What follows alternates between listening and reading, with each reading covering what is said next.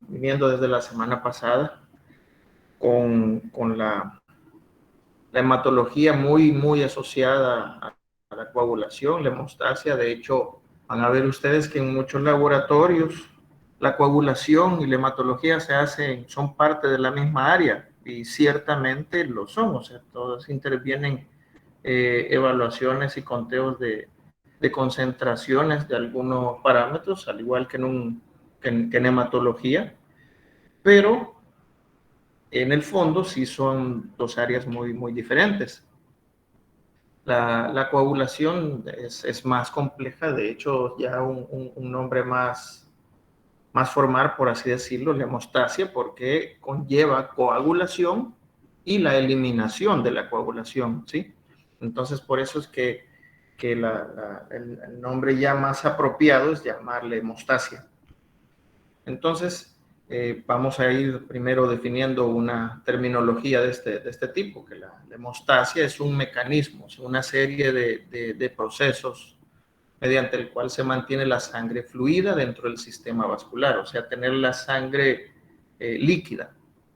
Y esto gracias a la interacción de elementos celulares y proteínas plasmáticas, o sea, lo que van a permitir que la sangre se mantenga en ese estado, líquido y bajo flujo en los canales venosos y arteriales del sistema vascular. La coagulación en sí es la serie de reacciones que es la que llevan o conducen a la formación del coágulo, y es un coágulo de fibrina en el sitio de la lesión. Una lesión puede ser por trauma, golpe, una punción, quebradura, ¿sí? Entonces esto es lo que eh, conlleva la formación del coágulo.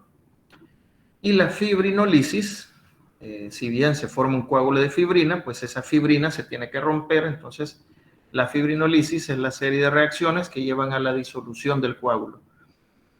Porque, como en un principio veíamos, la hemostasia es el mecanismo que debe tener la sangre líquida, fluida. Entonces, no es normal, no es bueno que existan coágulos fluyendo en el cuerpo. Sí, eso ya es signo patológico.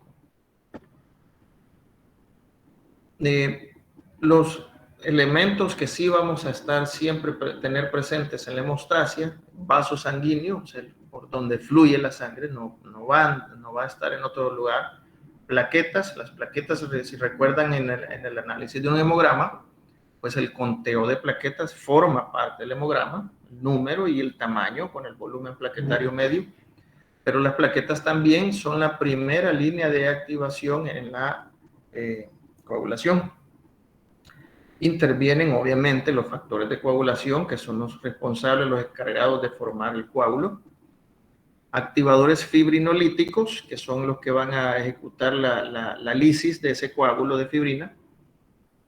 Y los inhibidores son elementos o sustancias que van a interferir en la formación de un coágulo. ¿Sí? Son elementos, son palabras, son cosas que siempre debemos tener presentes en la hemostasia.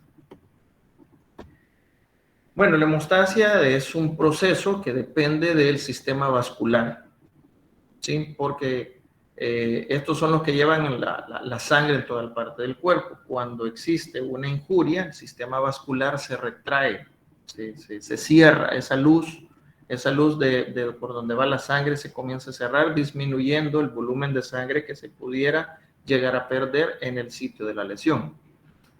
Las plaquetas, que son las primeras en llegar a unirse, a formar una malla, una red de celular de plaquetas, los cuales crean un tapón temporal en el lugar del daño.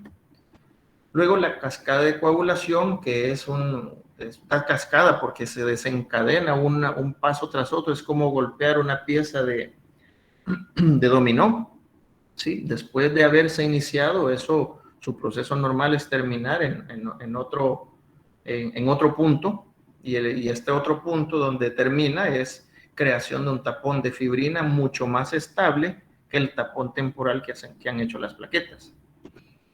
Y como les decía antes, proceso normal es que ese coágulo si bien sirve para detener la pérdida de sangre, pues también debe ser eliminado, debe ser removido ese coágulo por la fibrinolisis una vez que el daño ha sido reparado, o sea que el sistema endotelial, ¿sí? ya no tiene la lesión.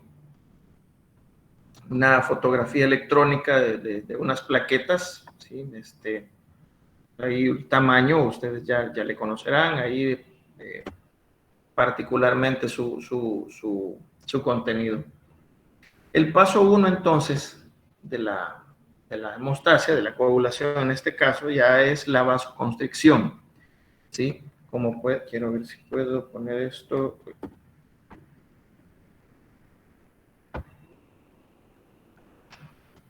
Vamos a ver un puntero aquí. Si ven, esta es la luz de un vaso sanguíneo, ¿sí? Aquí en la parte central. La parte de arriba y abajo, que son las paredes de un vaso sanguíneo, unida por células endoteliales, y más superficialmente, bueno, vemos acá, aquí son las células endoteliales, una después de la otra, y más superficialmente una capa de colágeno, ¿sí? Entonces, el flujo normal es que la sangre vaya corriendo libre, pero cuando hay un daño, una lesión, un trauma, la vasoconstricción hace que estas células endoteliales se acorten, se unan, haciendo esta luz vascular mucho más pequeña, y eso para reducir el volumen, la pérdida de sangre, el volumen que se pueda estar perdiendo en una lesión que pueda estar cercana a esta región, ¿sí? La exposición al colágeno, liberación de otras sustancias del tejido dañado, emiten unas sustancias, es una secuencia de eventos que atrae las otras activadores.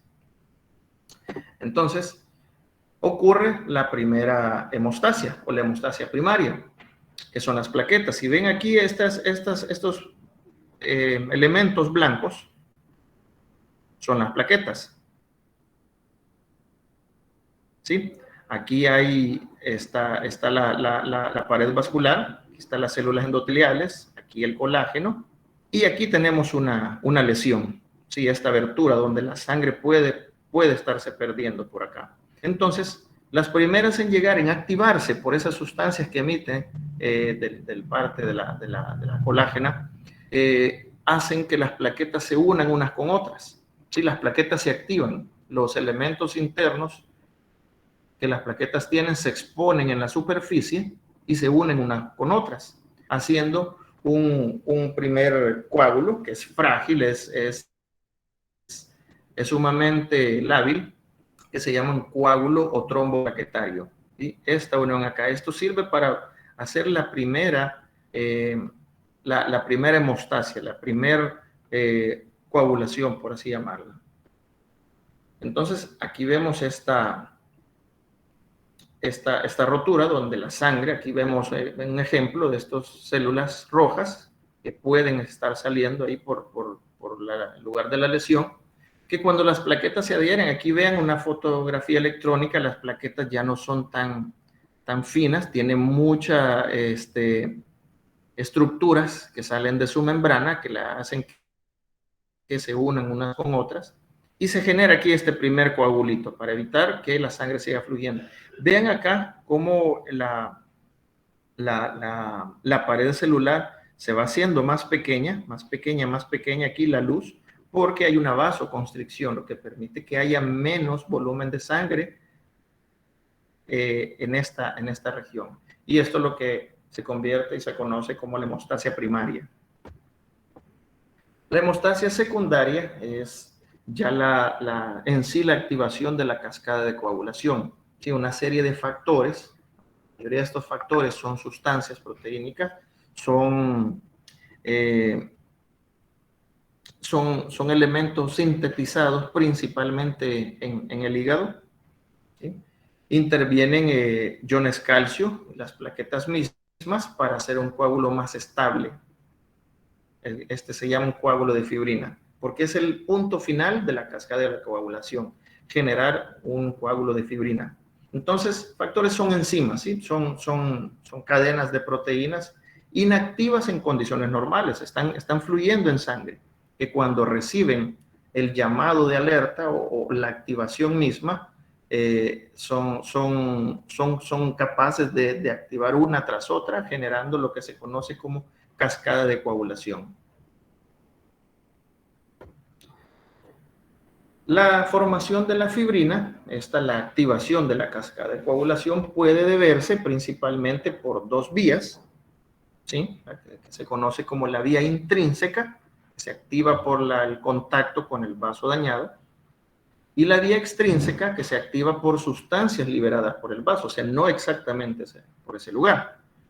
Y existe una tercera vía, que es una vía común, pero la verdad es que es donde convergen las dos que conocemos, la intrínseca y la extrínseca, por la activación de otros factores que ya vienen en cadena, ¿verdad? Ahí en lo que coinciden es el factor 10. El factor 10 activado es la vía común, a donde llegan ambas vías, tanto la intrínseca como la extrínseca, llegan y convergen en un punto igual a ambas vías, que es la activación del factor 10 de la coagulación.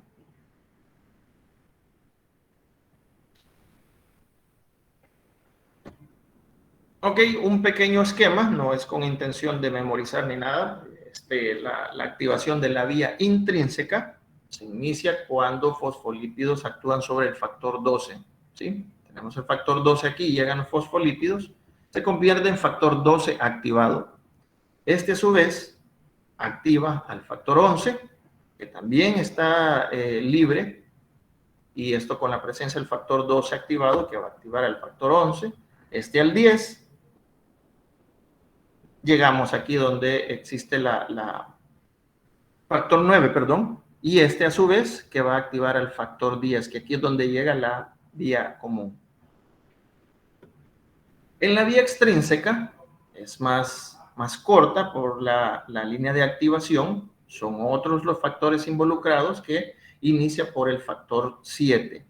Factor 7, por medio de la tromboplastina tisular, se activa factor 7 activado y al factor 10 llegando a la vía común. En la vía común, el factor 10 en presencia del factor 8 y factor 5, ¿sí? Factor 8 muy importante, va a ser muy de mayor estudio, porque es la deficiencia del factor 8, que es la causa de la hemofilia. ¿Sí? Hemofilia A, deficiencia de factor 8. Hemofilia B, deficiencia de factor 9. Sí, pero esta es la mayoría de casos. Son cuestiones congénitas, la deficiencia de factor 8. Entonces, bueno, el factor 10 activado es el que va a transformar la factor 2, o llamado protrombina, en factor 2 activado, la trombina. Ya con la trombina se puede sintetizar el fibrinógeno, que son como ladrillitos, imaginemos que es un ladrillo y la trombina es como el cemento, para formar el coágulo de fibrina.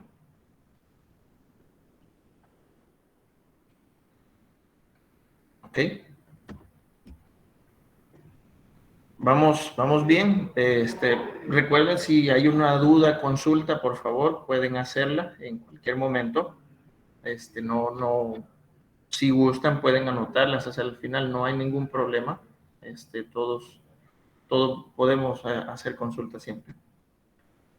Entonces, bueno, les había hablado de que el último paso de la coagulación es el rompimiento de ese coágulo, es la fibrinolisis. La última fase es cuando ese coágulo de fibrina ya no se necesita, que esas paredes celulares, ese endotelio ha sido coágulo de fibrina, no se deshace así como por arte de magia, así que desaparece. Se divide en pequeñas fracciones, en pequeñas piezas, y dos de ellas son muy estudiadas y son parte del sistema fibrinolítico, que son el plasminógeno y la plasmina. ¿Sí? Se puede estar evaluando individualmente el plasminógeno. Y existe también otra elemento que se deriva de la eliminación de ese coágulo. Son productos de degradación del fibrinógeno, y el más conocido de ellos es el dímero D. Ya vamos a ver un poquito ahí de dónde va. Entonces interviene en el plasminógeno como agentes para fibrinólisis. Tenemos la fibrina, fibrinógeno, y esto va a derivar de lo que le decía, de los productos de degradación del fibrinógeno. Y en elementos de productos de degradación de la fibrina, donde el más conocido y más estudiado es el dímero D. Por eso que en la pandemia actual, ustedes habrán escuchado mucho de que uno de los ensayos que se hacen para evaluar el estado de un paciente afectado de COVID es la evaluación del dímero D. Lo que sucede con el COVID es que existe una coagulación intrapulmonar. Por muchos años el dímero D se utilizó como un ensayo para hacer un screening o hacer una evaluación clínica de tromboembolismo pulmonar o TBP. Y ese es uno de los ensayos más eficientes o efectivos para hacer este diagnóstico. Entonces, en el caso de COVID, como hay una sobrecoagulación anormal, la eliminación de esos coágulos se evalúa con el dímero D. Entonces, estos pacientes que se les llena pulmones, se les cierra, se les tapa, mientras más alto tiene el dímero D, quiere decir que ha estado con más coágulos, y eso indica la severidad de un paciente para ser evaluado junto con otras pruebas, por supuesto, para continuar con ingreso, entubar o administrar otro tipo de medicamentos para mantener la oxigenación normal de esta persona. ¿Ok? Entonces, por eso el dímero D ha sido de mucha utilidad ahora para los pacientes con efectos graves de COVID. Muy importante en la coagulación, no solo el análisis, no conocer que hacemos, es la fase preanalítica.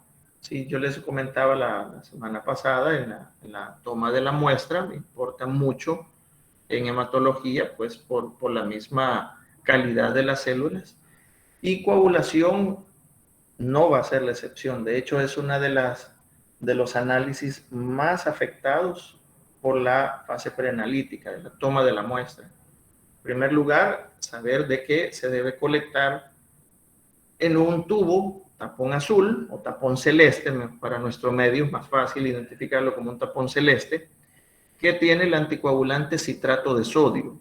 Y la concentración de ese citrato de sodio debe ser el 3.2 o 3.8%. Como lo que necesitamos analizar es el plasma de la muestra, no usamos, o sea, se colecta sangre completa, pero no hacemos conteos celulares, entonces no necesitamos las células. La muestra se debe centrifugar. Como usamos anticoagulante, lo que separamos es el plasma. Se debe centrifugar de 10 a 15 minutos, por lo menos 10, a alta revolución, o sea, 3000 revoluciones, para obtener un paquete celular separado y el plasma. Este plasma debe ser pobre en plaquetas, por eso debe ser a altas revoluciones.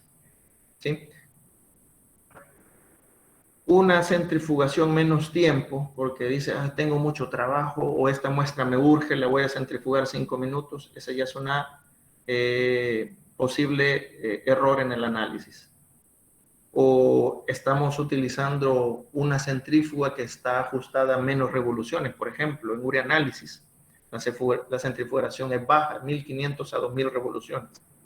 Si centrifugamos una muestra para análisis de coagulación a menor, 1500 revoluciones, no vamos a separar bien ese paquete celular del plasma. Entonces, son posibles fallas en la fase del preanálisis que podemos tener si no vemos, si no cuidamos estas recomendaciones. Entonces, los factores de coagulación están en el plasma. Por eso lo que utilizamos en las pruebas de hemostasia o coagulación es el plasma. No usamos glóbulos rojos, no se usan inclusive las plaquetas, ¿no? En coagulación, a menos que exista otro análisis, bueno, no lo mencioné aquí en esta presentación, pero está una prueba de activación plaquetaria, ¿no? Se necesita otro analizador. Pero bueno, lo que utilizamos en las pruebas de coagulación o hemostasia es el plasma. La muestra de hemostasia del paciente se coagula artificialmente, entonces es lo que nosotros inducimos, es esa coagulación in vitro, que es lo que se mide, es lo que se evalúa para evaluar la formación del coágulo. Entonces podemos hacer la coagulación con un método manual, ¿verdad? Solo necesitamos mezclar la muestra que tenemos, el plasma ya separado, y el reactivo. Entonces, ya habrán hecho una teoría, una práctica, no lo sé, pero la verdad solo se requiere mezclar en ciertos volúmenes y eso lo ponemos en un tubo de ensayo que se inclina y, en un fondo claro. De hecho, se elimina hacia arriba, hacia la luz.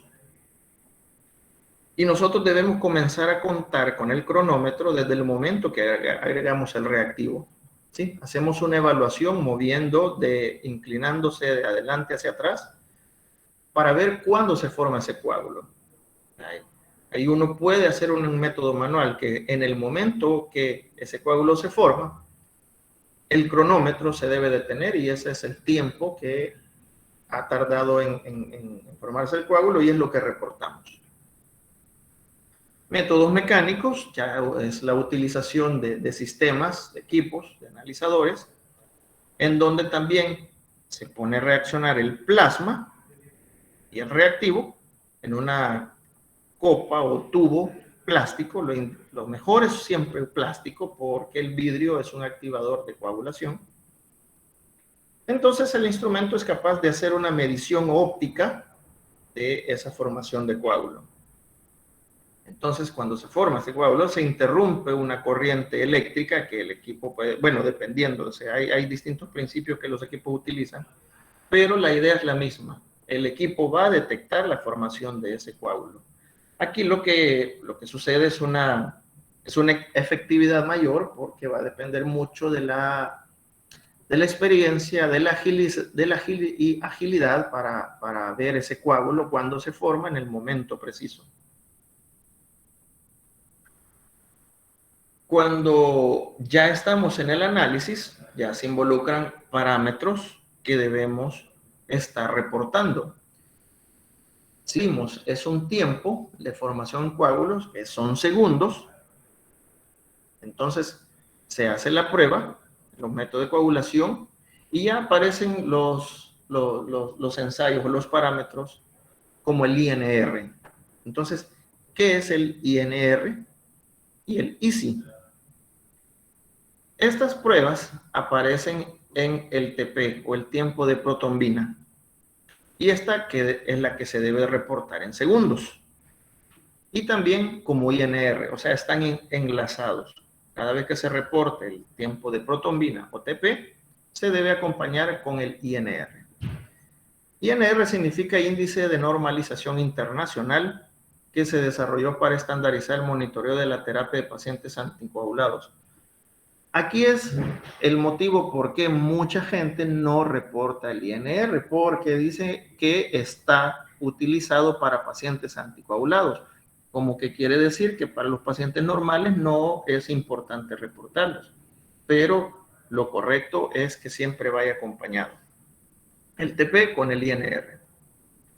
Y entonces es una normalización, ese INR, para normalizar las diferentes tipos de reactivo de TP por las diferentes marcas, por los diferentes fabricantes.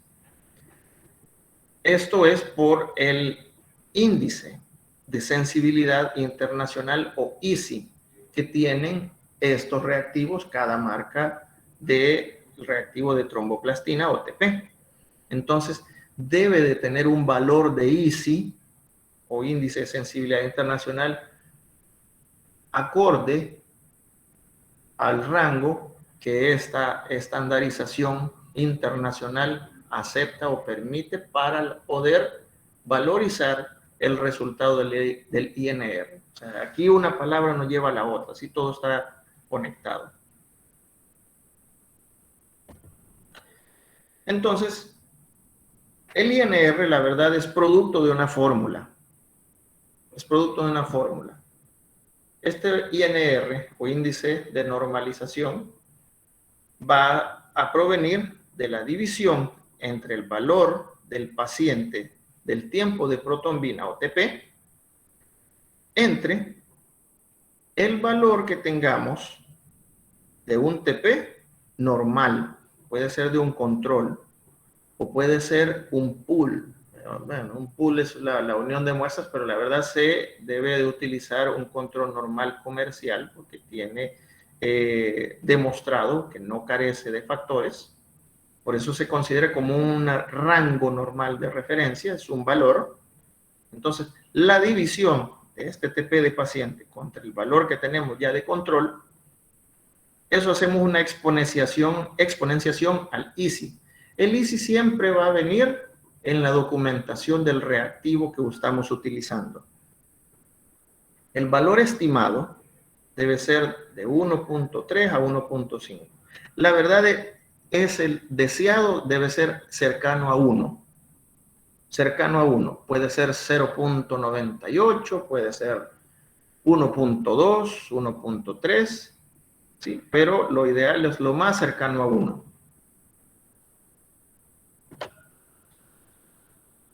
Okay. En el TP, en la hemostasia, perdón, vamos a hacer diferentes tipos de evaluaciones. No solo pruebas de ensayo de la protrombina, que es lo que vamos a hacer una evaluación en el tiempo de formación de la fibrina, en un tiempo en segundos, sino que también se evalúa la deficiencia de factores. Se recuerdan que habíamos hablado que los factores de coagulación son los que se van activando en cascada, que van así como en dominó uno tras otro. Entonces, cuando falla la formación del coágulo, es porque algo hizo falta, es porque una pieza no está en el dominó, ¿sí? Iban avanzando, avanzando, y al final las últimas quedaron de pie. Una no estaba. Entonces, esa pieza que falta es un factor de la coagulación que está en baja cantidad, en baja actividad o en el peor de los casos ausente. ¿Sí? Entonces a eso se le llama una deficiencia del factor, que no lo tenemos.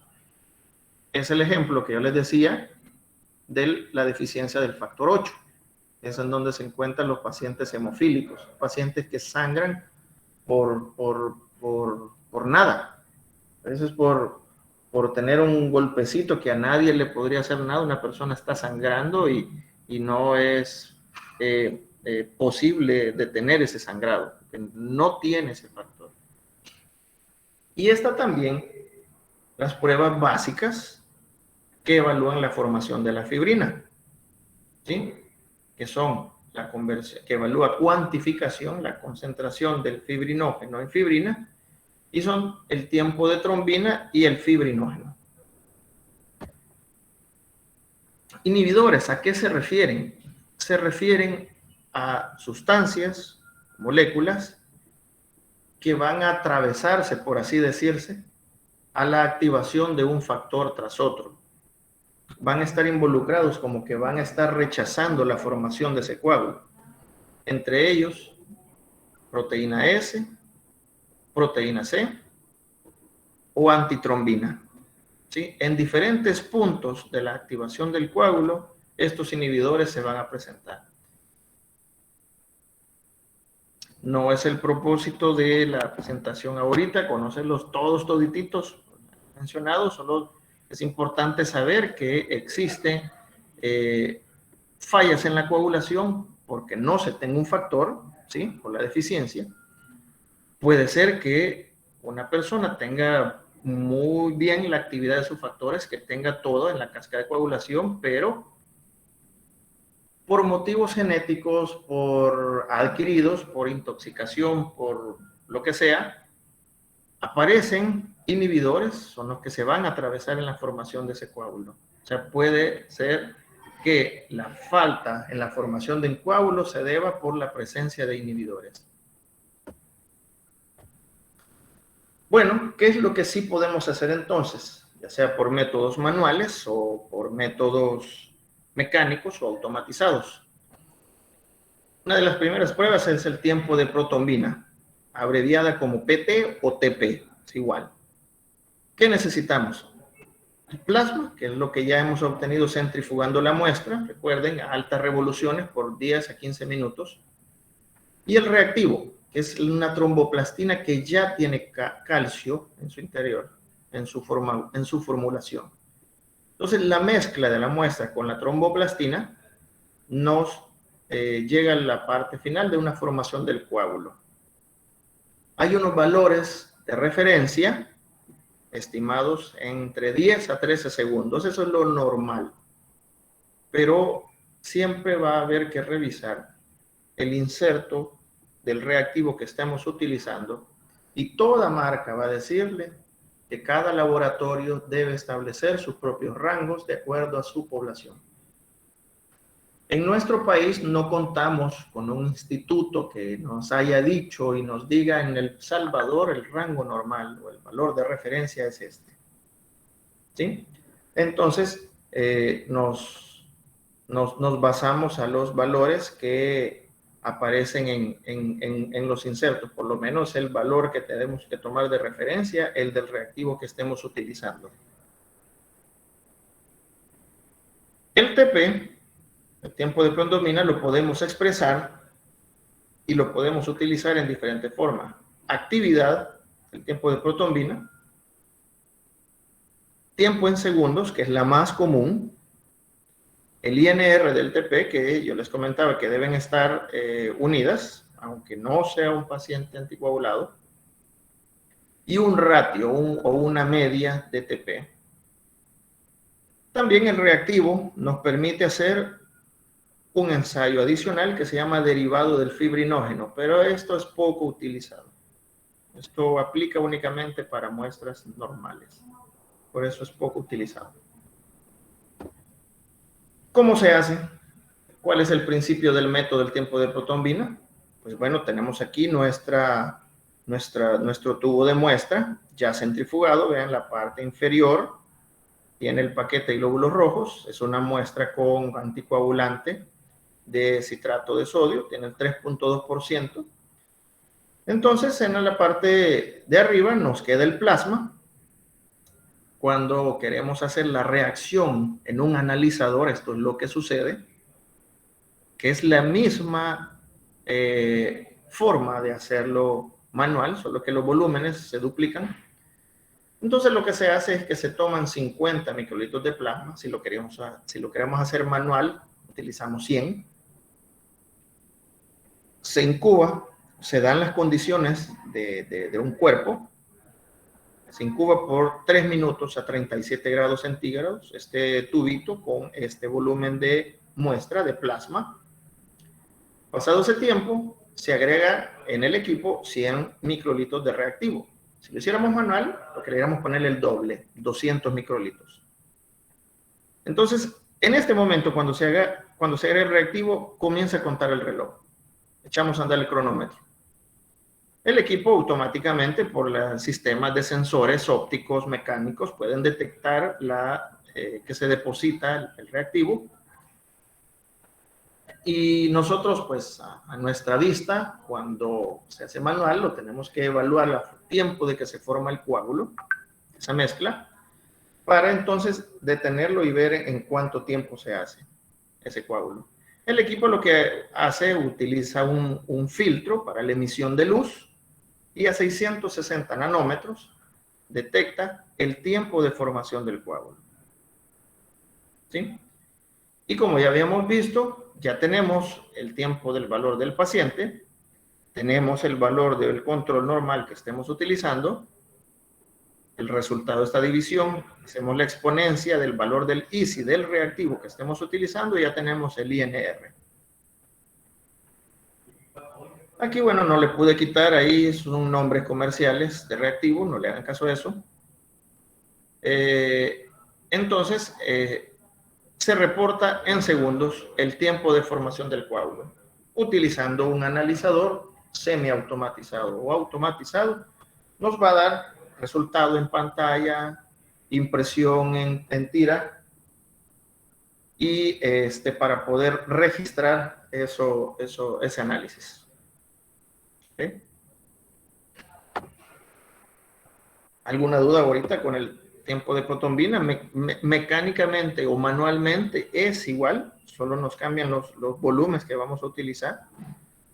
La parte práctica van a poder hacer esta evaluación. Se tiene que tener cierta rapidez, porque de hecho el agregar el reactivo tiene que ser de forma rápida, de forma sin ponerlo en las paredes, sin irlo poniendo por poquito. Se le agrega en el instante y inmediatamente debemos echar a andar el cronómetro. Tener un cronómetro siempre a la mano, una mano con una, la otra con otra. Y llegado cerca del rango, entonces tenemos que elevar ese tubo, mezclarlo hacia adelante y hacia atrás para ver que se forme ese coágulo. Entonces es lo que debemos de detectar y registrar.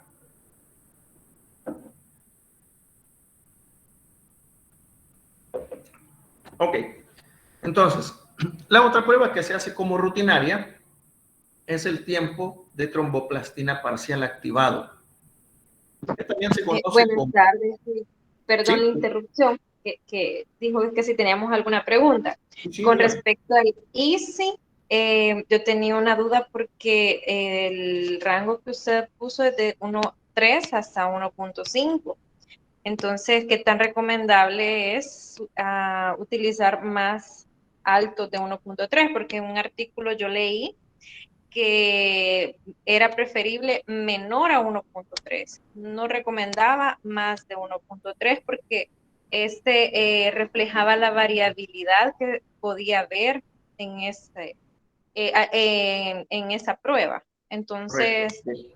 ¿qué tan recomendable es? Porque siento que está bien amplio el Sí. rango que Sí, sí, sí. ha No, créanme que puesto. aquí lo que yo quise ponerle es más que todo la fórmula.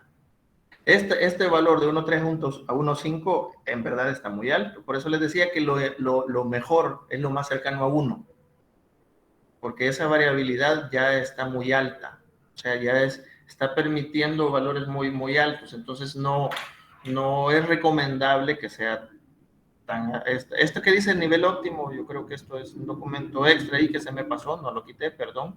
Porque lo recomendable, lo óptimo, mejor dicho, lo recomendable es que sea lo más cercano a 1, 1.0. ¿Sí? Entonces les decía, puede ser 0.98, 1.2, hasta 1.3. De hecho, yo nunca he visto un reactivo, conozco algunas marcas, nunca he visto uno que tenga tan alto de 1.5. He visto de 1.26, 27, inclusive. Los veo más cercanos. 1.01, 1.02, o sea, son los más cercanos a uno de los mejores.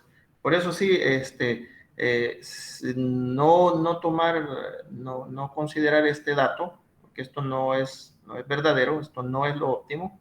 Aquí esto era parte de esta imagen que se me ocurrió poner aquí, porque estaba ahí la fórmula así en grande, bonita, para que se pueda ver. Pero el valor óptimo del ICI debe ser lo más cercano a 1.0. Una pregunta más, licenciado, iba a disculpar, con respecto a la fórmula. Vaya, tenemos el tiempo de protrombina del paciente, se divide entre el tiempo de protrombina, que sería el óptimo, el normal, Sí, y de un se control. eleva al ICI. Sí, Fíjese que yo he visto que algunos dividen estos dos tiempos de protrombina y multiplican por el ICI, pero según la fórmula es elevar. O sea, sí. en ese caso, ¿qué es lo recomendable? Tengo ahí esa duda porque yo he visto algunas personas que sí lo Sí. hacen así, Lo, multiplican por el lo, ICI. lo más fácil, inclusive, lo más fácil es que el reactivo siempre se acompaña de una tabla. El reactivo, independientemente de la marca que se utiliza, siempre se acompaña de una tabla en la que nos dice que si el valor del TP entre el valor del control da un dato, ese radio, hacemos la equivalencia digamos, a encontrar con el eje del valor del ISI que se pueda tener en el reactivo que estemos usando, porque la tabla va a decir ISI X de 1.1, 1.2, 0.9, qué sé yo. Entonces, sale ahí para que uno solo haga la intersección del valor y ya pueda reportar el INR normalmente. Como que son valores que ya están estandarizados por la casa que usted compró, ¿verdad? El reactivo, porque traen realmente a la par del inserto, ¿sí? Viene esta tabla donde viene calculado este índice de el ISI, ¿verdad? Ya lo trae, sí, ¿Verdad que ya lo trae? Porque la fórmula no es multiplicar, la fórmula es elevarlo al ISI. Entonces, si lo estamos haciendo manual, tendría que tener ahí la calculadora para hacerlo, ¿verdad? Para hacer la exponencia. ¿Sí?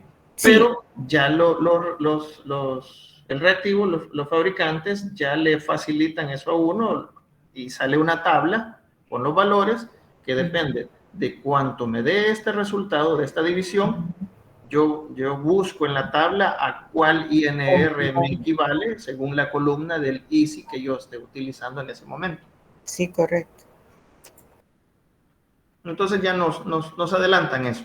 Pero si tenemos la calculadora ahí de científica y podemos hacer la exponencia del valor que tenemos del ISI, pues ahí lo hace todavía mucho más exacto.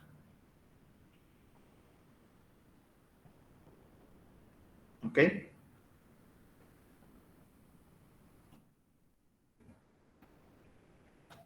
Entonces la otra prueba que es parte de los análisis o ensayos de coagulación básicos de rutina es el TTP o TTPA o APTT. Se refiere al tiempo de tromboplastina parcial activado.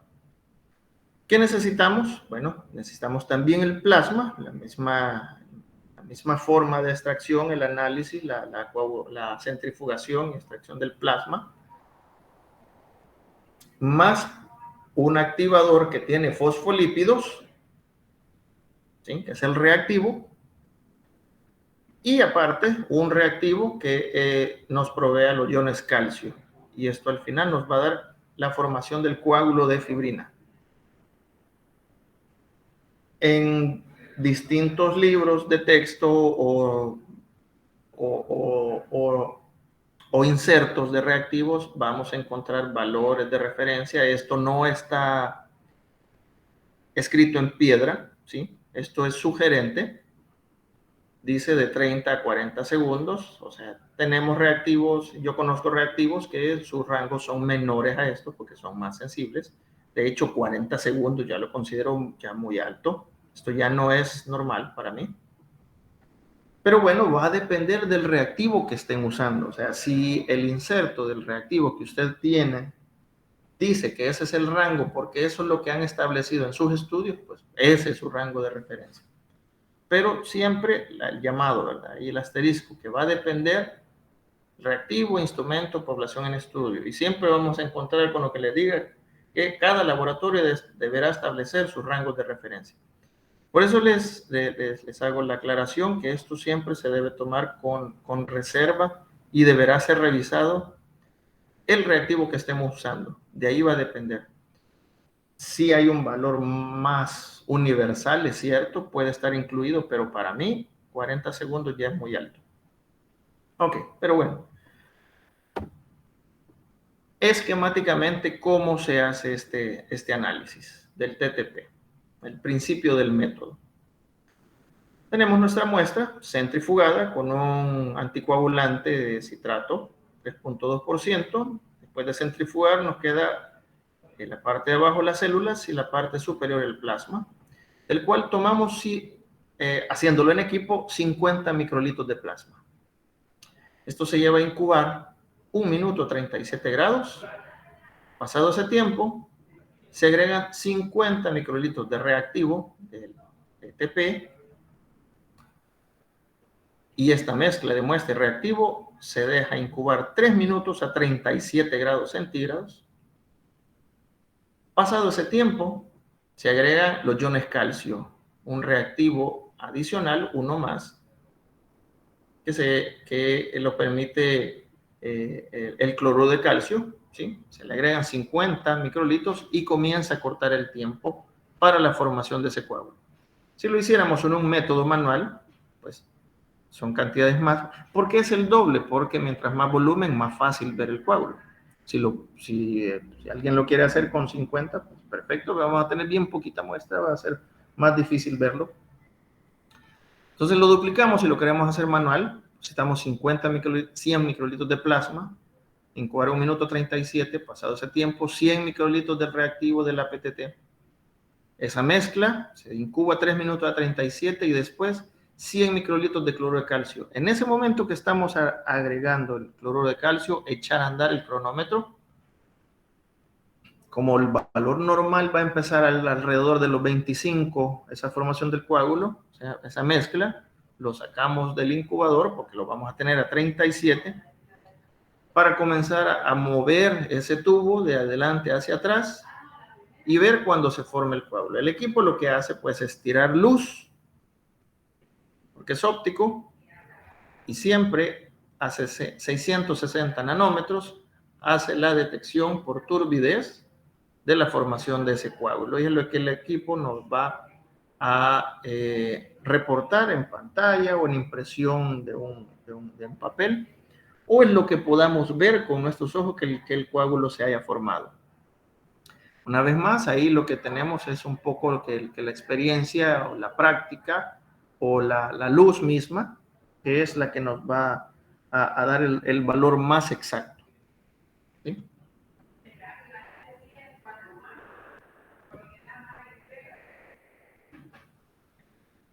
La otra prueba que se hace como rutinaria para coagulación es la determinación del fibrinógeno. Se utiliza muy comúnmente el método Claus, es el apellido de la persona que lo definió así. Entonces es el método más utilizado. Entonces, ¿qué es lo que utilizamos? Plasma siempre de la muestra como la hemos extraído y procesado.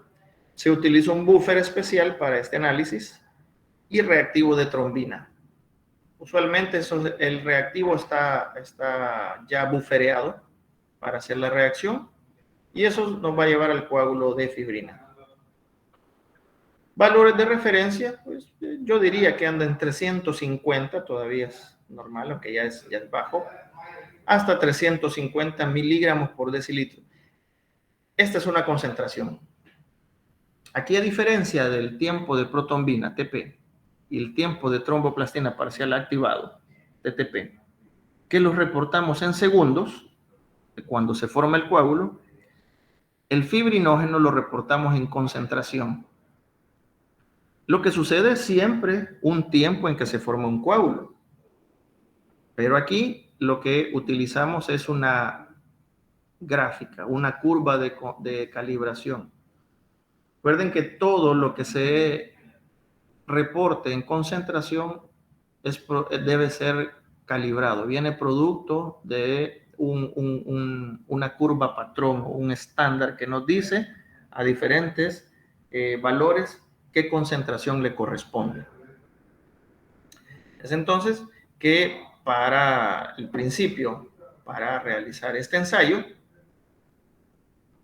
aquí el esquema corresponde a un analizador, pues, pero es exactamente como si lo hiciésemos manual. Se le coloca un volumen X de plasma, aquí el equipo dice 10, pero aquí le voy a decir un volumen X más buffer, ¿sí? Pero esto no sucede así si tenemos un reactivo que ya tiene buffer, ¿sí? Es como hacer un TP que cuando tenemos la muestra incubada 3 minutos a 37 grados, se le agrega el reactivo que ya lleva buffer. En ese momento comienza a contar el cronómetro para ver en cuánto tiempo se forma un coágulo. Entonces en el equipo lo que sucede es que a ese tubito donde estamos haciendo el análisis tira una luz a 660 nanómetros y el equipo va a detectar el tiempo de formación de un coágulo, ¿sí? En segundos también. Pero esos segundos en el eje de las X lo vamos a llevar a la gráfica, a una curva patrón, para ver en el eje de las Y a qué concentración se refiere. Y las unidades en las que se reporta el fibrinógeno, por lo menos en nuestro medio, es en miligramos por decilitro. El fibrinógeno sí se evalúa como una prueba de coagulación igual en el tiempo de formación del coágulo. Y en este caso, para el fibrinógeno, lo que hacemos es que ese tiempo lo llevamos a la gráfica para ver a qué concentración equivale. Y ya se reporta de esa forma en la concentración. Por eso es que tenemos aquí valor de referencia, 180, puede ser menos. Ahí, de nuevo, revisar el inserto del reactivo que estemos utilizando para ver cuál es el rango de referencia de ese reactivo, que es el que sugiere. ¿Ok? Recomendaciones, siempre que utilicemos, que hagamos nuestros análisis manual o semiautomatizado, son volúmenes muy pequeños, estamos hablando de 100 microlitros, 200, ¿sí? Son volúmenes muy pequeños, se utilizan pipetas automáticas, deben ser pipetas calibradas. Es ideal utilizar de pipetas de volumen fijo, que las que son de rango, que podemos estarlas moviendo de diferentes volúmenes, con el tiempo se descalibran. Entonces, por eso es que esto dice que debe ser calibradas una vez al año. Yo no conozco un laboratorio que haga eso, pero bueno. Para poder tener volúmenes de pipeteos exactos, tanto para muestra como para reactivos y controles. Aquí lo que dice para hidratar reactivos. Casi todos los reactivos de coagulación son reactivos liofilizados, son polvos. Hay que agregar agua destilada de un grado X, estéril, para hidratar ese reactivo. Entonces, debemos agregarle un volumen exacto del diluyente, que en este caso es el agua destilada. Debemos agregar el volumen exacto según lo indica cada reactivo, cada frasco. Igual los controles. El control de calidad se presenta comúnmente como un reactivo en polvo, en liofilizado, para hidratarlo. Utilizar puntas que se ajusten a las pipetas, pues no vamos a utilizar una punta que es para pipetas de 50 y queremos pipetear 10, por ejemplo.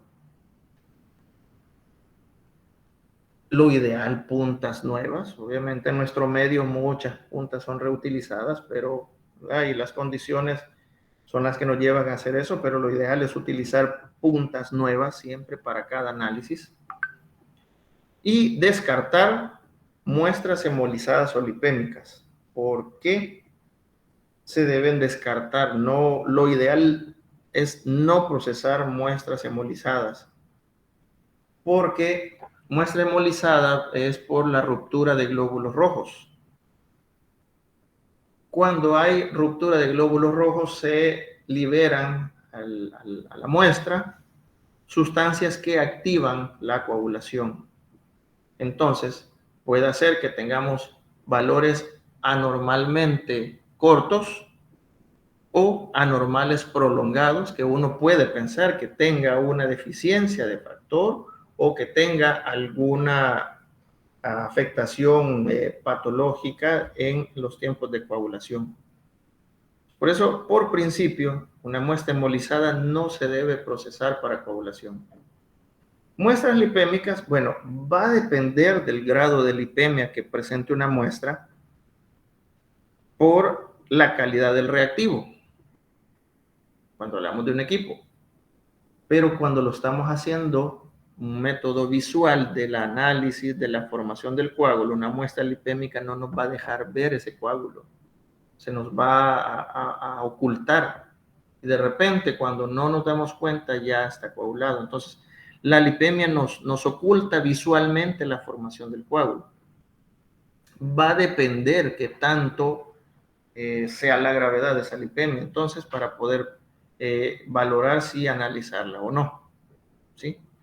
Entonces, una recomendación general dice descartar. Yo no diría tanto descartar, sino valorar qué tan grave es la lipemia.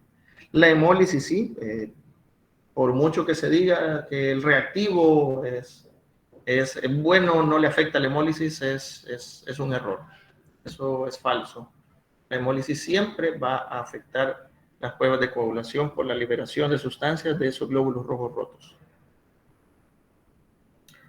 Variables preanalíticas, ya hablamos, la fase preanalítica, la toma de la muestra. Existen guías internacionales del estándar de laboratorio, del Instituto de Estándar de Laboratorio Clínico, en donde nos dice cómo es que debe ser la recolección correcta, el transporte de una muestra, porque puede ser que la muestra no se procese en el lugar donde se ha tomado, sino que se lleva a un laboratorio de procesamiento y solo se colecta en laboratorios periféricos. Y también guías o instrucciones para el procesamiento. Los principios que hemos visto en estas presentaciones pasadas son los básicos que utilizan todos los analizadores usualmente. Pero eso está normado. Eso está normado de cómo debe ser el procesamiento correcto. Entonces, eso está una guía de recolección, transporte y procesamiento de muestras para la evaluación de pruebas en el área de hemostasia. A considerar en el paciente el tiempo de la toma de la muestra. ¿Sí? Usualmente esto puede ser a cualquier hora del día, pero ya hablábamos que la lipemia puede afectar, puede incidir. Por eso lo ideal es que sea tomada en ayunas. Aquí, bueno, me encontré este documento, el texto que decía ayuno mínimo de 4 horas, pero si cuando se indica a un paciente, esto usualmente se toma junto con todas las otras pruebas de bioquímica sanguínea, en donde sí piden un ayuno de no menos de 12 horas. Entonces, ahí la lipemia, si no hay un problema que sea de grasas, no nos va a afectar. Ansiedad y estrés, bueno, la estenosis venosa nos va a afectar en la concentración de sangre, ¿sí? Vamos a tener poca volumen de plasma. Al igual que el estrés, puede alterar ciertos factores, puede alterarse a nivel interno los vasos sanguíneos cuando hay un estrés mecánico muscular, que se pueda tener un problema de activación de ciertos factores. Medicamentos, principalmente anticoagulantes, obviamente. Antibióticos usualmente me reducen la cantidad de plaquetas. Las plaquetas son uno de los primeros para evaluar hemostasia. Patologías, obviamente una persona que tenga un problema hepático, donde se sintetizan las enzimas que forman los factores de coagulación, vamos a tener tiempos anormales prolongados usualmente. Recolección de la muestra, es una muestra sangre venosa, la punción vascular. La punción, la toma de la muestra para coagulación debe ser una punción limpia, de primera intención. En la práctica van a ver ustedes que la introducción de la aguja, la toma de la muestra debe ser rápida, sin duda, sin titubeos, en vena, y todos en la práctica de toma de la muestra nos sucede que la no se encuentra, y eso de estar queriendo encontrar la vena ya con aguja dentro, eso ya tenemos una activación de factores tisulares que ya nos pueden dar en errores la prueba de coagulación. El torniquete, la ligadura que se le pone en el brazo para hacer la estenosis venosa y poder encontrar más fácil una vena, no debe ser más de 1 minuto. Bueno, esto es muy estricto, ¿verdad? Pero sí debemos de tener cuidado de no dejar mucho tiempo esa ligadura. Una presión moderada para no activar factores, no hay que tener ese torniquete muy apretado, porque bueno, el paciente va a reclamar, va a doler, y también que se activan factores. El paciente no debe estar bajo estrés, el paciente debe estar tranquilo, porque de lo contrario puede haber activación de uno de los factores, como les comentábamos, o disminuir la agregación plaquetaria por ciertas sustancias fisiológicas o situaciones fisiológicas que conlleven a esta alteración de valores.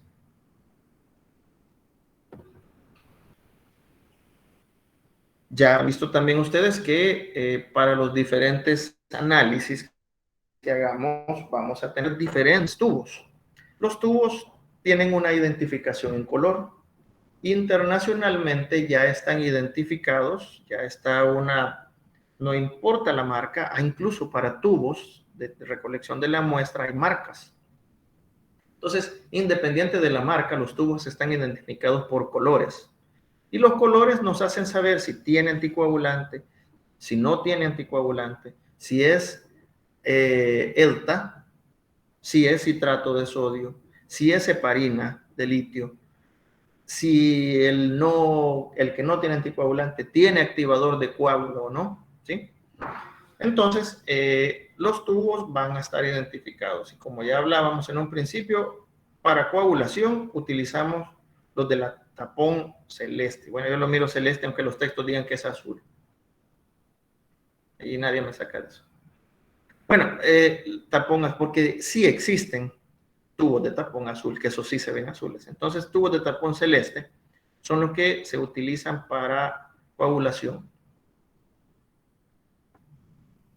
¿Ok? Y muy importante, el llenado del tubo. Fabricantes de los tubos van a decir hasta qué punto se debe de llenar de sangre. Si dice hasta X marca, es que porque corresponde a un volumen de llenado. Si el volumen es inferior, estamos diluyendo la muestra. Si el volumen es superior a la marca, podemos inducir a que el anticoagulante no sea efectivo y la muestra se nos coagule. ¿Ok? Y el orden de los tubos también es importante. Cuando tenemos varios análisis, varias muestras para tomar, el primer tubo en llenarse debe ser el tubo rojo, de tapón rojo, utilizado para química o serología, inmunología. ¿Por qué el primero? Porque es el que va a llevar la primera parte de la sangre cuando se rompe, cuando se introduce la aguja. Es muy común hoy en día utilizar tubos al vacío, entonces donde ya no se usan jeringas para menor manipulación de material peligroso para el personal de salud. Entonces el primer tubo a ser llenado debe ser el química, donde no afecta que vaya elementos de la misma punción, de la misma puntito de piel donde se ha perforado, donde ha entrado la aguja. Entonces el segundo a ser llenado es el de coagulación, ¿sí? Y de ahí pueden irse el resto de tubos, no importa. Lo que nos importa ahorita es coagulación. Entonces aquí lo dice, puede ser el segundo o tercero. Bueno, idealmente segundo. Dice, si solo se toma coagulación, descartar los primeros 5 ml. Bueno, no siempre vamos a tener oportunidad de estar descartando muestra, porque puede utilizarse para otros ensayos. Contaminación con heparina puede ser tratada con algo que neutralice la heparina. La heparina es un anticoagulante. Esto usualmente se pone en los catéteres. Hay pacientes que se les deja vía abierta por administración de medicamentos o pacientes hospitalizados donde el catéter está heparinizado, que si se toma muestra de un catéter de un paciente en hospital ingresado, corremos el riesgo de que tengamos tiempos de coagulación muy prolongados, ¿sí? Porque puede ser de efecto de la heparina misma. Entonces, hay que tener mucho cuidado cuando se tome muestra de un catéter. Usualmente lo recomendable es que se deba de tomar directamente de una vena.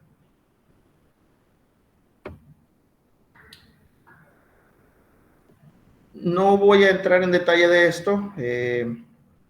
Lavar la vía con agua, con solución salina es una tarea ya si no hay de dónde tomar muestra un paciente en cuidados intensivos y la única forma fácil de agarrarlos a través de un catéter, pues hay que hacer unas tareas un poquito complicadas, pero no son recomendadas. Agujas, bueno, mientras su diámetro, su calibre sean lo más pequeñas, pues mejor para el paciente porque va a doler menos, pero un calibre más grande va a permitir que recolectemos más rápido.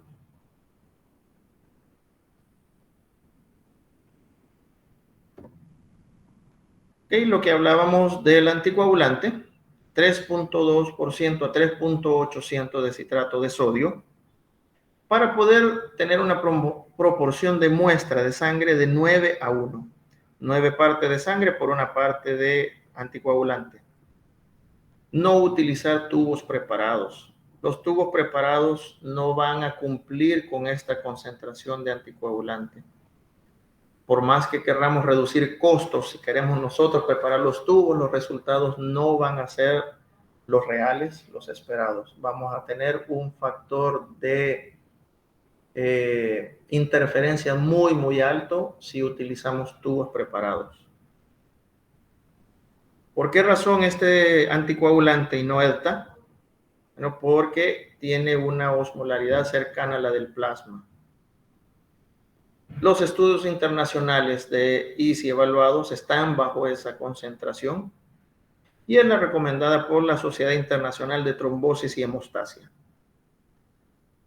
Aquí hay motivos por los que no hay que utilizar otros anticoagulantes, oxalato, inestables a ciertos factores, pierden actividad y nos van a hacer tener tiempos de coagulación falsamente elevados. El anticoagulante para hemograma o hematología es el ELTA, eso quela el calcio, y el calcio son iones que utilizamos para estimular la coagulación, es un catalizador de la reacción en el tubo, en el vitro. Y la heparina, que inhibe la formación del coágulo, que es lo utilizado usualmente en pacientes ingresados o en cirugías.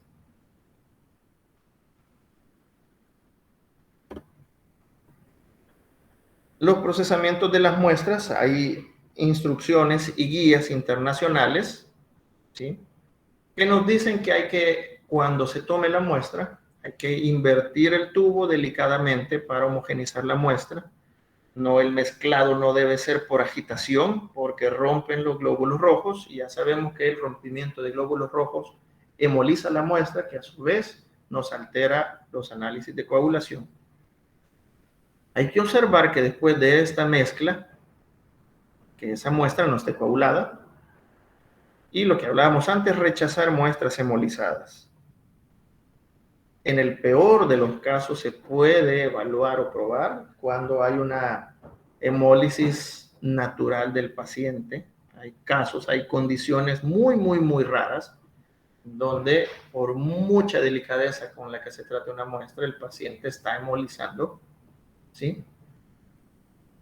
Entonces puede suceder que se haga la excepción a procesar, pero una muestra hemolizada debe ser rechazada.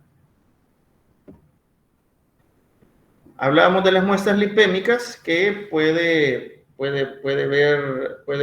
entorpecer el análisis. La ictericia, bueno, la ictericia por el mismo color puede entorpecer con el análisis, pero no debe ser motivo de rechazo. Si no, hay que ver cuánta ictericia tiene, ¿verdad? Si está muy fuerte, sí puede entorpecer el estudio. Y considerar métodos alternos para las muestras que tengan estas condiciones de lipemia o ictericia. Mecánicos o electromecánicos, pero aquí lamentablemente en nuestros medios no es que podamos escoger con qué lo queremos hacer, porque no es que tengamos todos los métodos disponibles. ¿Ok?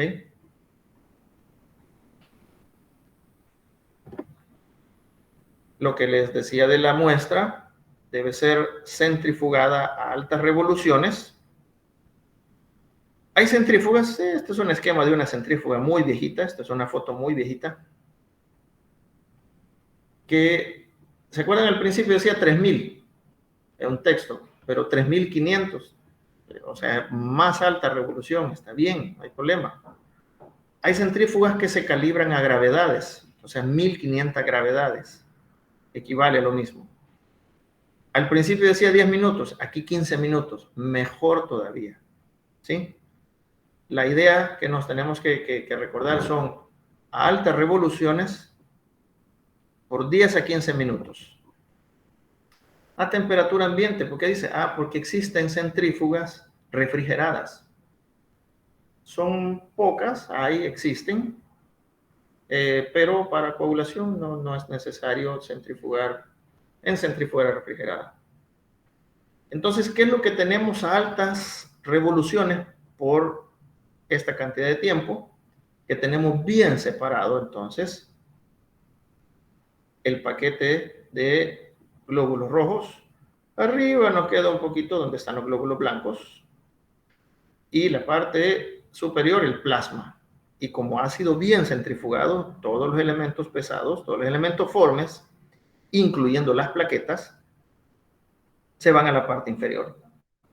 Entonces, lo ideal es que tengamos un plasma pobre en plaquetas. Si le hiciéramos un conteo de plaquetas a este plasma, debería de tener menos de 10,000. Si lo metiéramos este plasmita a hacer un conteo en hematología, debe tener menos de 10,000. De hecho, ya hoy en día se ve de menos de 1000 usualmente. Menos de 1000, menos de 3000, por ahí anda. Sí, como un dato extra, ¿verdad? Porque lo que evaluamos, las enzimas, los elementos de factores de coagulación están en el plasma.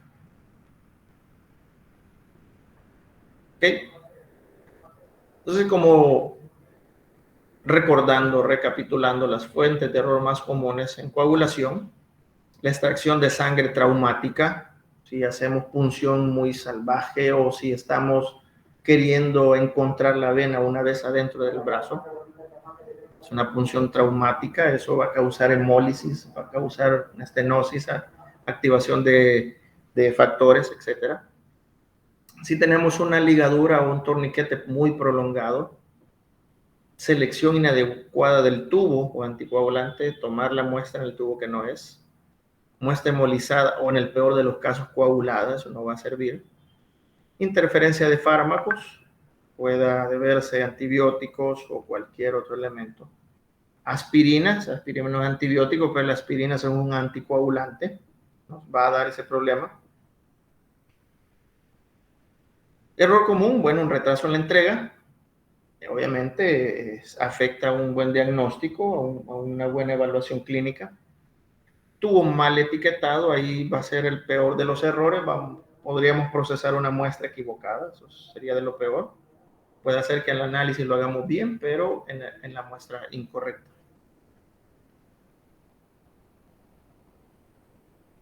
A ver, muy importante también, según guías internacionales, el tiempo desde que se toma la muestra hasta que se procesa, así como la temperatura de almacenamiento. Esto aplica para aquellos centros que toman muestras y no se procesan ahí, sino que se envían a un laboratorio como central o referencia. Lo ideal es procesar muestras frescas, muestras recién tomadas, con X cantidad de tiempo. O sea, no todas las podemos procesar de inmediato, obviamente, pero va a ser un tiempo prudencial en el que se deban procesar. Si por A, B, Y motivos no se pueden procesar en el momento, hay guías e instructivos que dicen cómo debe ser almacenada, cuánto nos dura temperatura ambiente, cuánto nos dura refrigeración o inclusive en congelación.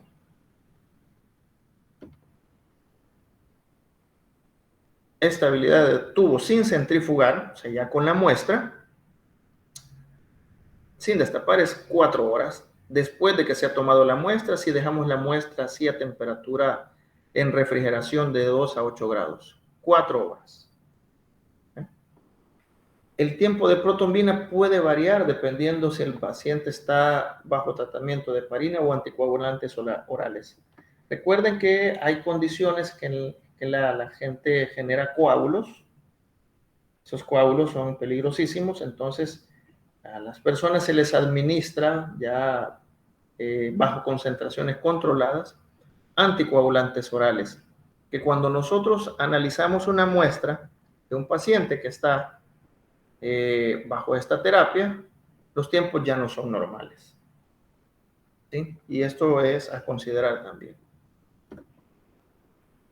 Muestras que no estén heparinizadas, recuerden que la heparina prolonga los tiempos, y que estén sin centrifugar. Ya habíamos hablado, es de 4 horas, de 2 a 4, de 2 a 8, aquí falló esto. Y muestras con heparina, pueda deberse que haya con heparina, pero no es lo ideal porque esta prolonga los tiempos. Debe ser dentro de la primera hora de que se colectó la muestra. En nuestro medio usualmente no se acepta, se rechaza muestras con heparina porque da resultados falsos. Es posible congelar las muestras, pero en ese caso se debe centrifugar bajo las condiciones las indicaciones que ya dimos, y ese plasma colectarlo en un tubo aparte, en un tubo nuevo, un tubo que se pueda tapar, y se debe congelar a menos 20, y eso es posible tenerlo estable 2 semanas, o congelarlo a menos 70, en centrífugas, en los bancos de sangre o en otros laboratorios que tienen esta capacidad de congelación. Ya nos permite tenerlo estable hasta 6 meses, porque ahí sí realmente se inactivan todos los elementos que contiene esa muestra. No hacerlo, no congelarlo en refrigeradoras o freezer caseros que generen escarcha, no vamos a poder controlar estas temperaturas. Y que cuando ya las vayamos a sacar, que vayamos a procesarlas, se deben descongelar a 37 grados. No es que se dejen a temperatura ambiente, que se descongelen solitas, sino que a 37 grados en baño María. Y esta temperatura debe estar controlada también.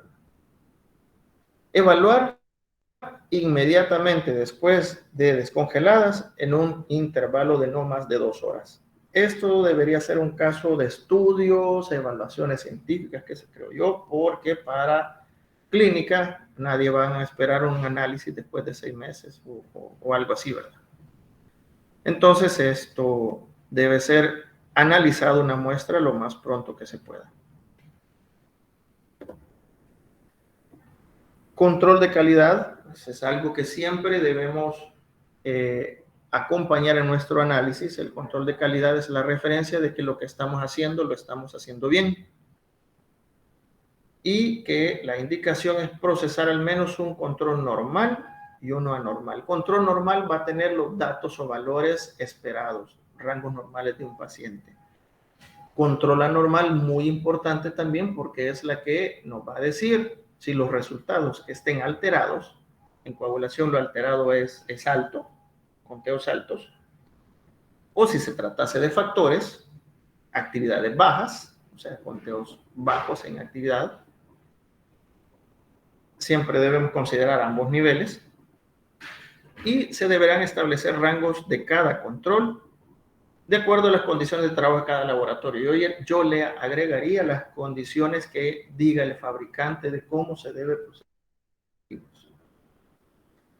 Si en el control tenemos problemas, datos no esperados, hay que revisar el mismo material de control, el reactivo, el procedimiento, antes de reportar resultados de pacientes. Y bueno, eso es todo lo que tenía preparado para esta charla de coagulación. Excelente, licenciado. De verdad, nos ha transportado hasta el laboratorio, a hacer las prácticas que realmente son muy, muy, muy importantes. Todas las pruebas para el laboratorio son importantes, pero las pruebas de coagulación, por lo delicado que es eso, visualizar esos hilos de fibrina que al final pues forman ese coágulo que pretendemos observar, no es así nomás, sino que requiere desde la toma de muestra, ¿verdad? Desde la toma de muestra, el tipo de material que debe de usarse, todos los cuidados que deben de tenerse con el paciente, el proceso de la muestra. O sea, sí realmente es un laboratorio muy, muy, muy especial. Como usted dice, está el área de hematología y está también quizás la sección donde se hacen las pruebas de coagulación. Ha sido realmente una exposición bien completa que, como le digo, nos hemos transportado al laboratorio y que es la experiencia que hubiéramos querido, aún con un equipo no tan actualizado como el que usted menciona, pero sí haciendo procedimientos manuales, que también usted los detalló, ¿verdad? Entonces, sí, ha sido de una ilustración bastante, muy completa. Gracias por su experiencia. No sé, los estudiantes si querrán hacer alguna pregunta, dudas que tengan, jóvenes, sugerencias y también opiniones, pues, ¿verdad?, acerca de lo que es el tema, y porque no dudamos de la experiencia del licenciado Silva. A ver, jóvenes. A ver, Enrique.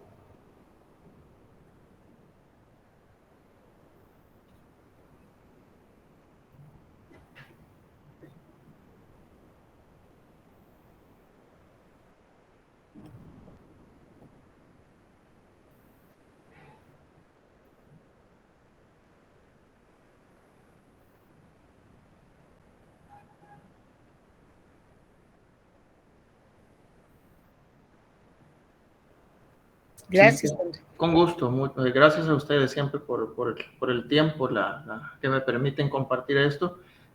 Sí, si bien esto ha sido mucho, esto es muy técnico, esto es muy de laboratorio, lo importante es identificar fases de coagulación. El laboratorio requiere mucho tecnicismo para poder procesar, para analizar, y definitivamente la experiencia práctica hospitalaria es la que nos termina de aclarar todos los conceptos, toda la teoría la terminamos de aclarar ya en la práctica. Es un poco difícil cuando llegamos a laboratorios muy complejos, muy automatizados, que no nos podemos dar como cuenta de la teoría, porque uno se pregunta, ¿dónde está la teoría? Porque el equipo lo está haciendo todo.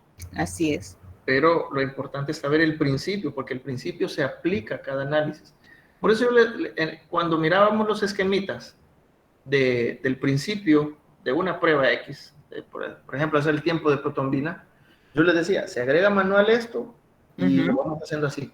El equipo lo hace adentro. El equipo hace adentro. ¿Qué pasa? Que lo hace muy rápido, con volúmenes menores, con precisiones mecánicas muy precisas, pero lo que hace es lo que nosotros haríamos en mano, haciéndolo manualmente, solo que es mucho más lento, porque con más cuidado, por muy experimentados que seamos. Entonces, mucha de la experiencia se aprende en las rotaciones de unidades de salud, donde la automatización no es completa. Así es. Ya en cambio, cuando se llegan a prácticas de hospital, ahí sí uno ya ve las máquinas y uno dice, bueno, ¿y aquí dónde está la teoría? Pues, porque el equipo ya me está dando un número, ya lo está haciendo todo. Pero lo importante es saber cómo el equipo hizo eso. El principio siempre va a ser el mismo. ¿Sí? Eso es lo que no debemos de dejar a un lado. O sea, cómo poder esperar o interpretar un dato, un resultado, porque sabemos cómo el equipo llegó a darnos ese resultado, porque sabemos cuál es el principio de medición. Eso es lo que hay que, digamos, como tener bien en cuenta. Así es, porque fíjese que para el caso, lo que usted les mencionaba de la prueba del dímero D, ahora eso lo dejan como parte del perfil, si así se le llama, del perfil para dentro de las pruebas para precisamente el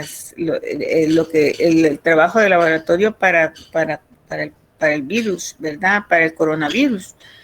Por eso precisamente, por la formación de esos, la coagulación, ¿verdad? En esos pacientes que están alterada.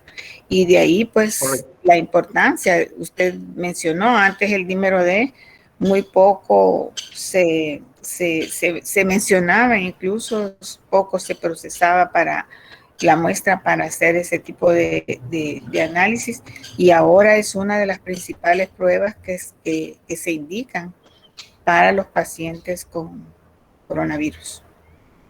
Sí, así es. Lo importante es saber de dónde viene, por qué medimos esto. O sea, está bien, metemos la muestra a la máquina, le apretamos un botón y ahí va. Claro, pero claro, sabemos de dónde, cómo la está haciendo.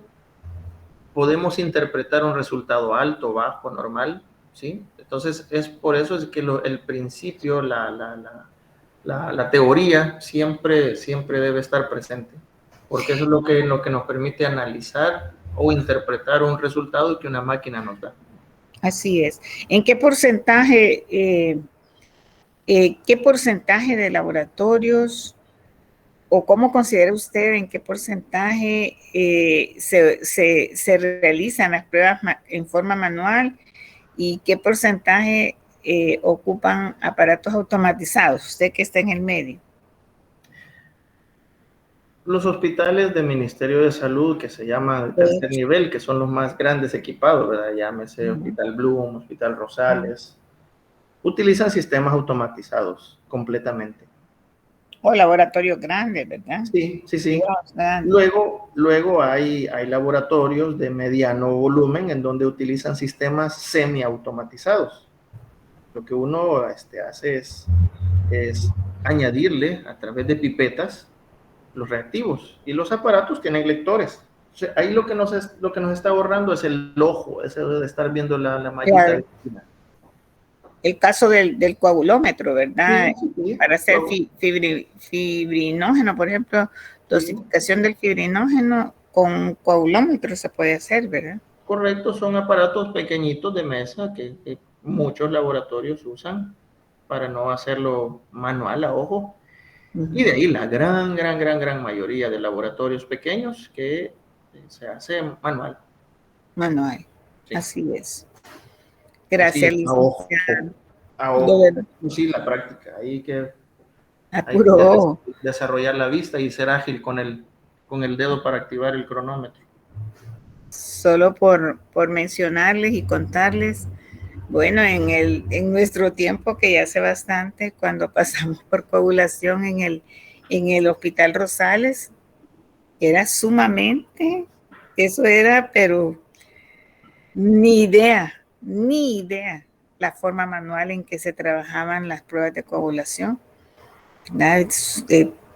era una sola persona y había adecuado, fíjese, desde entonces ya se pensaba quizá en estos aparatos semiautomáticos, ¿verdad? Porque la persona que estaba encargada en esa área, ¿verdad? De él se había ingeniado cómo mantenerlos en baño de María 37 grados, como él solito tomar el tiempo, que ahora él, como veíamos, el coagulómetro ya trae su baño de María incorporado, bien estable la temperatura, que es una de las condiciones que necesitan las pruebas de coagulación, ya también hasta su cronómetro, pues, y no necesariamente usted tiene el trabajo manual de que usted debe de tener inmediatamente, pone el reactivo que le corresponde a la prueba y usted debe de tener un ojo bastante agudo para poder detener el tiempo cuando ya se ha formado ese coágulo de fibra. Correcto, esa es la práctica. Así que bueno, ha sido una experiencia de escucharlo, ha sido una experiencia muy, muy, muy excelente. Gracias, licenciado, una vez más, de verdad, porque esto complementa la parte práctica que sí es necesario conocerla, ¿verdad? Es muy importante. No sé si los compañeros tendrán más preguntas, comentarios para el licenciado. Licenciada Maya. No, por mi parte solo la pregunta que le hice a mitad de la ponencia, iba a disculpar, pero creo que iba más relacionada al tema que se acababa de estar desarrollando. Agradecerle, muy bonita la ponencia, licenciado, y gracias por la disposición de colaborar con la universidad y con los estudiantes al proporcionar también esos conocimientos. Solamente felicitarle y agradecerle. Al contrario, gracias a ustedes por la oportunidad y quedo a sus órdenes en lo que podamos apoyarles. Gracias, licenciado. Le agradecemos una vez más y sí, lo tendremos presente para los próximos cursos o para otras ponencias también donde necesitamos tanto de esa experiencia que usted tiene, ¿verdad? Mil gracias, de verdad. Bueno, muchas gracias. A sus órdenes. Gracias. A ver, jóvenes. ¿Ya no más preguntas, jóvenes? No, bueno, licenciada, solamente agradecerle por todo. Bueno, con eso terminamos, completamos, como decíamos, ¿verdad? Completamos el tema de hemostasis y que sí, que sea de mucho provecho para ustedes, ¿verdad? Porque son de las pruebas a las que se van a enfrentar cuando vayan a la práctica hospitalaria, que todos tienen que llegar hasta allá, ¿verdad? Gracias, jóvenes, también. Gracias al licenciado, a la licenciada Maya, a la licenciada de chicas, que por un compromiso tenía que ausentarse, pero sí, gracias a todos por estar aquí. Pasen muy buenas tardes. Bueno, buenas tardes, adiós. Gracias. Feliz tarde a todos.